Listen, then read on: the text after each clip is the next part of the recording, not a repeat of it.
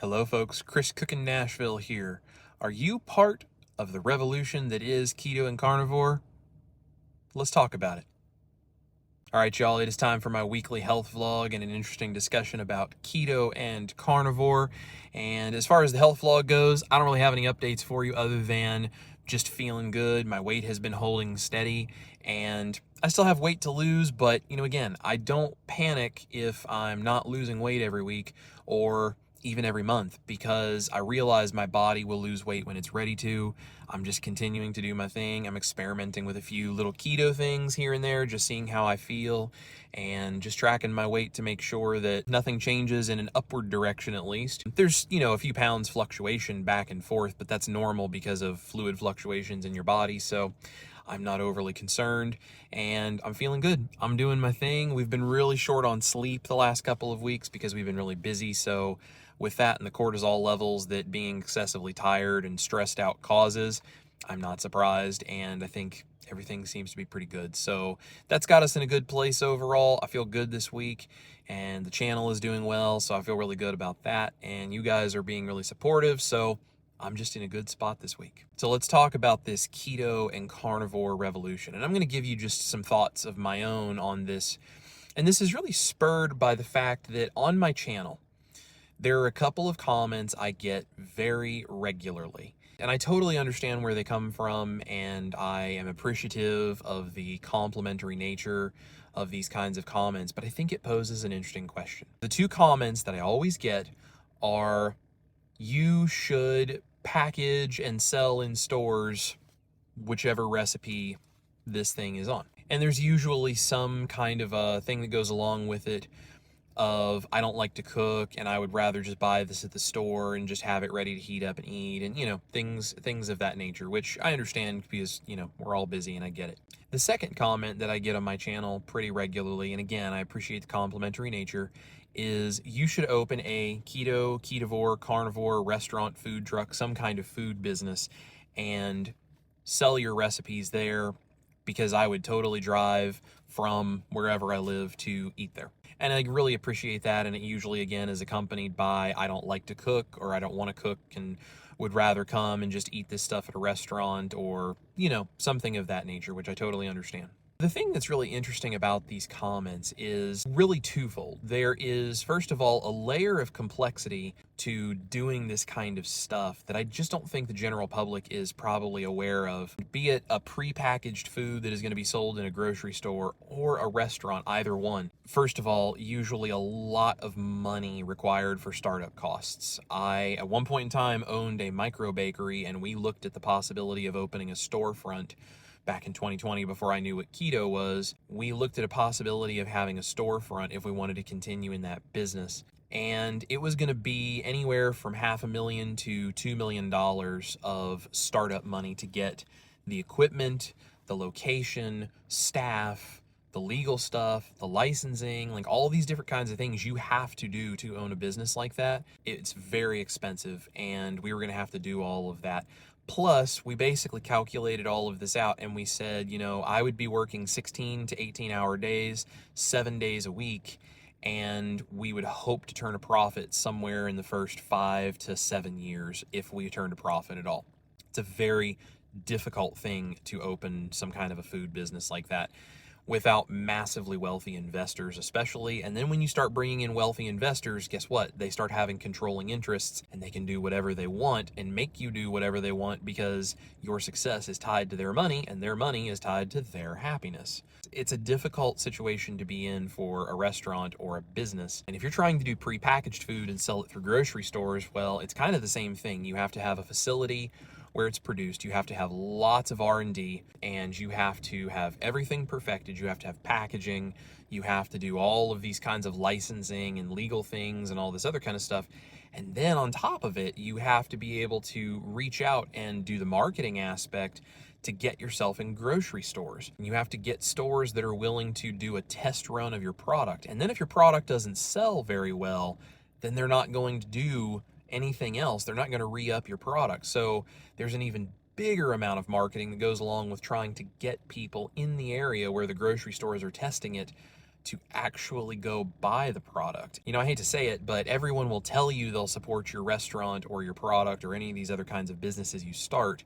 How many people actually do and how many people do it consistently is always a separate issue. So I understand where everyone is coming from, and I totally get that these things would be nice to have access to. But I think to look at a creator like me and think that I'm going to be the one who's going to go out and do this kind of stuff is a perspective that, while I appreciate, I don't think it's very realistic. And I think that this is part of the revolution that is keto and carnivore, is the understanding of this and how this has to work. Keto and carnivore are about letting go of all of these high carb and processed and, junky foods and all this kind of stuff, and trying to get slowly and consistently cleaner and back to the low carb things like the meats, the dairy if you can handle it, veggies if they're low carb and you're keto and you can handle those kinds of things. Figuring out how to get back on a proper human diet that makes our bodies feel good and makes all of our health issues basically melt away. But let's think about what the food industry is built on, because we know what keto and carnivore is built on. What is the food industry built on? Be it a restaurant or be it prepackaged products in the grocery store or whatever. This all comes from large corporations and manufacturers and large food businesses, for the most part, that are all about the convenience. They want to maximize their profits. In their corporation, this is their job, to maximize their profits. So they use the cheapest and the most addictive ingredients that they possibly can in everything they do. Now, there might be things that say low carb or healthy or any of these other things. The packaging may look really great. They may try to convince you it's good for you, but that often has nothing to do with what's actually inside the box or what they're actually doing to the food in the restaurant. Have you ever been to a restaurant and you realize that something there just tastes really good to you, and no matter how much you try to make it at home, you just can't make it taste the same? Restaurant kitchens are usually adding massive amounts of butter, which is a great thing. Now it's usually some kind of a fake butter, so seed oils, something that maybe it tastes good, maybe it's greasy, not necessarily a good thing for you. Sugar, MSG, other kinds of flavor additives, they add massive amounts of that stuff, way more than you think they do when you sit down at that table and it comes to the table and you eat it. They are doing things to their food to make it as addictive as it possibly can be.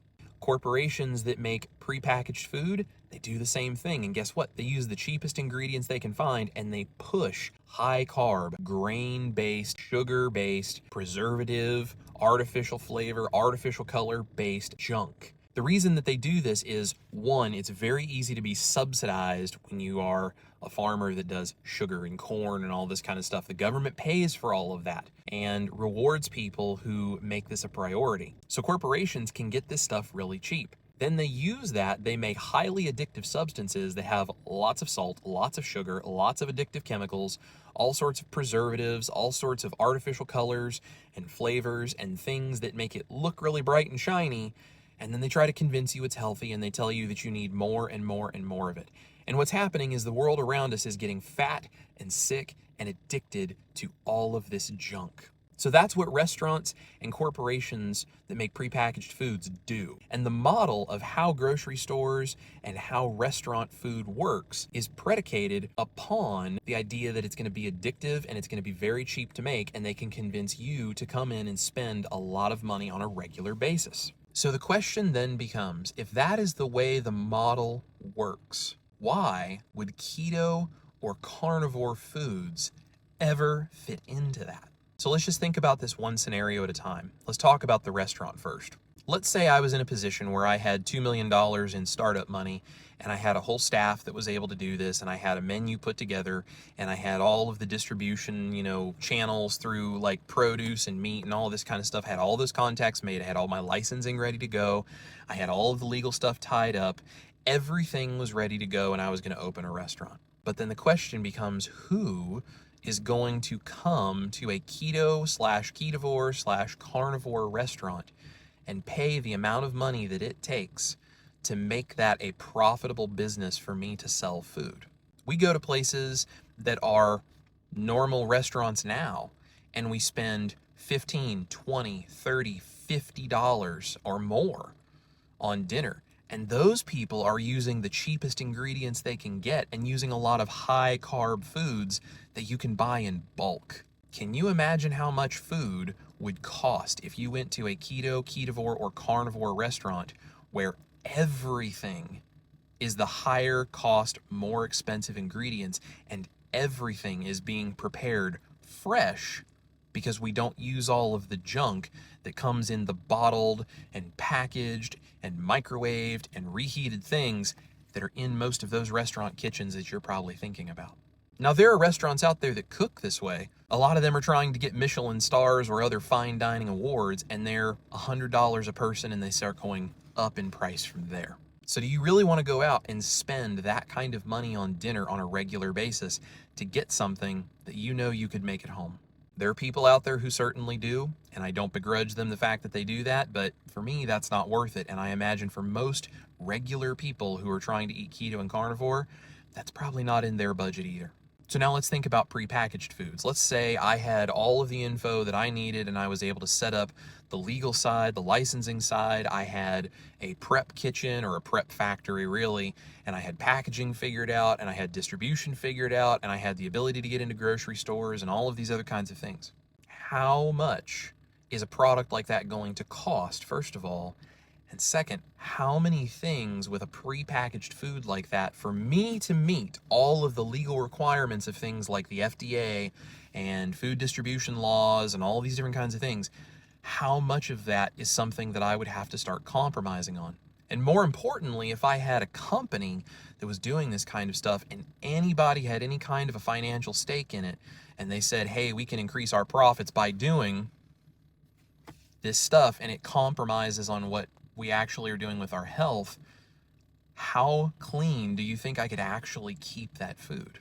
I don't think it would be very good. I think it would end up being like every other keto pre-packaged anything that's out there, and you start reading the label and you find out very few of them actually have the clean, healthy ingredients that they pretend on their packaging that they have. So the reason I'm saying all of this is not because I mind people suggesting that I do this or that, I don't understand their wish that I would do this. I totally get it. It would be very nice to go to the store and have clean keto and carnivore foods that you could just pull out and make in the microwave or make in the oven or put on the stove real quick, and you would just have a clean keto or carnivore meal ready to go. Or a restaurant, you could just take the whole family out, order anything on the menu and know that it was going to be keto or carnivore and it was just going to be great. I totally understand that. I get it. But the reason that I'm pointing this all out is because we are part of a huge revolution that is fighting against the very system that made us all fat and sick and miserable in the first place. And for me to take keto or carnivore ingredients and try to go back into that system, either in the prepackaged food realm or in the restaurant world, that's a very dangerous, slippery slope to be standing on the precipice and kicking the edge just to see if I can't suddenly fall down. It's a very difficult prospect to do all of that and actually retain the integrity of the ingredients, of the food, of the health benefits of eating a proper human diet. Because at the end of the day, if I'm going to put my time and my money and my whole future and my family's well-being behind a business, it has to be sustainable and it has to be something that makes money. The way the world is set up right now, it's not sustainable for the most part to do keto and carnivore. Now, there's a few companies out there that are trying, and they're doing some really cool stuff. Chow is one of my favorite. They do really good stuff for what they can do. But there's only so much you can do with a prepackaged product. And I mean, they have a really great one. Their Chow shakes taste great, and they're pretty doggone clean as ingredients go. And there's still people out there in the keto world and the carnivore world that when I post something about Chow, they freak out about the ingredients that are included and how there's certain ones they don't like. And that's just the way that this stuff works. That's the way food is. So when you're talking about corporations that are doing this, all of this stuff on an international scale, or at the very least on a national scale, where it would be in all the grocery stores enough to affect most of my viewers that live in the United States, you're talking about something that is very, very large of an undertaking. Now, I'm not saying it couldn't ever happen, but how do we get there? Because we're not there currently.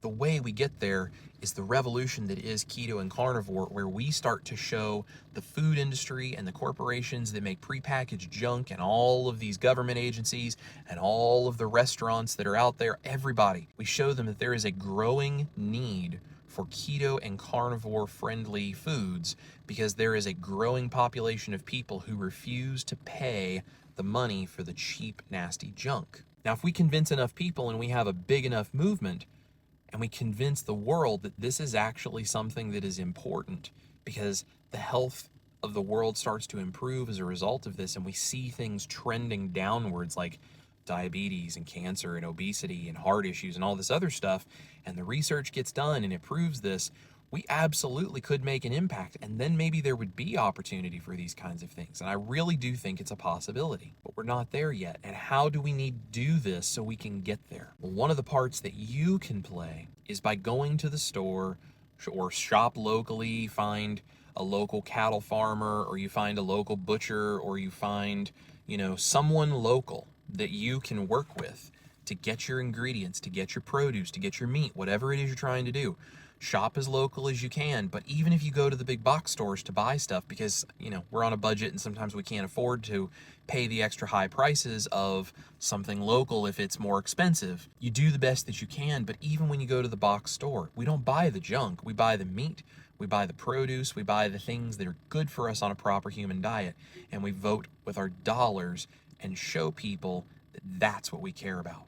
And in time, that starts to make a difference. But here's the thing, if you're gonna do that, guess what? All that food has to be cooked at home because it doesn't come prepackaged. The idea of prepackaged food, while convenient, is unfortunately a result of marketing that large food companies have done over the last 50 to 75 years to convince you that food is supposed to come off the shelf in a box, go in the microwave, or go in the stove or in the oven, and in 5 to 10 minutes, dinner is ready. Folks, that's not how 99% of the world cooks their food. Go to any country where prepackaged and processed food is not a main source of their nutrition. They will look at you like you are crazy when you tell them about the way that we eat food that comes off the shelves in this country. Most people don't have access to things like this, and most people put a lot more time into creating their food than what we in the Western cultures that have this kind of stuff do. And truthfully, it's an attitude of entitlement. And I had it too. For a long time, I thought that, I should be able to just walk into a store, grab whatever I want, should be as cheap as possible. And the outcome of that was supposed to be good. But we know now that's just not the case. So part of the keto and carnivore revolution is not just about having access to low carb foods. It's also convincing everyone around us culturally that low carb foods are good, to where maybe someday we will have more access to convenience for keto and carnivore as this type of stuff grows. But in the meantime, we have to do the work to be part of the revolution. And the only way to do that is to buy the things that are good for you, shop as local as you can, vote with your dollars, vote against large corporations that have used and abused the population of people that are addicted to their foods, making them fat, sick, so that they can profit. We have to vote against things like that by voting for whole, natural, one ingredient foods, and you can put them together in all kinds of recipes. That's what I do here on my channel all the time. And you can have fun in the kitchen and you can have really interesting things. But we have to let go of this idea, at least for now, that everything should be prepackaged and processed and ready to throw in a microwave or ready to put on the stove, that we just open the package, heat it up, and eat it.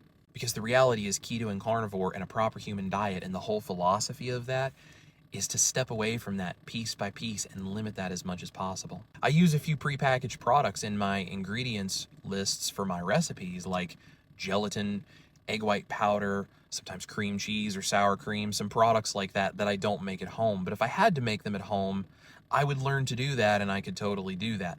Those are some of the few ingredients that are at least clean enough that I'm okay using, and I utilize that convenience so that I can spend my time on other parts of these recipes and have things that I really love. But I don't expect all of these processed things in a package to ever make me feel good, and I try to use as little processed stuff as I possibly can in my recipes, because although we may all be busy, there's nothing more important in our lives than investing in our health. And I understand being busy, believe me. I work 4 jobs. I work 100 to 120 hours a week, and I still figure out how to cook everything we eat. We very rarely go out to dinner, and when we do, there's maybe a couple of places we go. And for the most part, I cook everything else we eat, and I make the recipes. Sometimes I cook really simple, and it's steak and eggs or chicken or whatever it is we're having. I keep things really simple. And I have a limited budget. I have only got so much money because I'm not a wealthy man, so I have to work with what I've got. I'm just here to encourage you guys to do the same, because together, this is how we form a revolution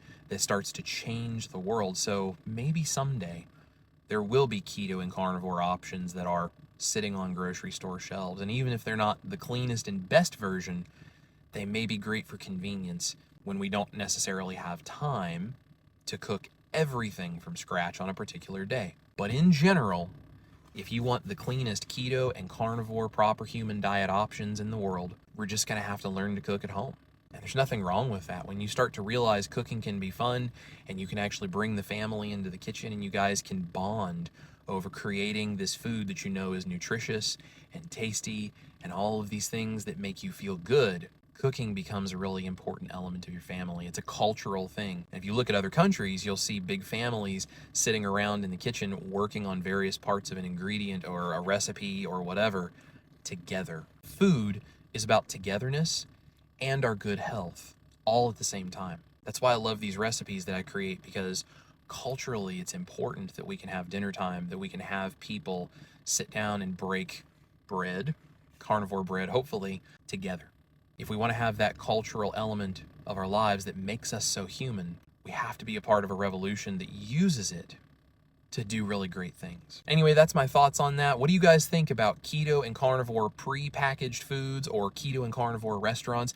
I'd love to see what you think. Sound off in the comments down below. All of my links are down below if you'd like to support the channel and help me put out some recipes to enable us to give more power to this incredible keto and carnivore revolution that we are all a part of. Thank you guys for watching. This is Chris Cookin' Nashville. Eat your meat. Be a part of that revolution. Love your life, and I'm going to see you in my kitchen for the next revolutionary recipe.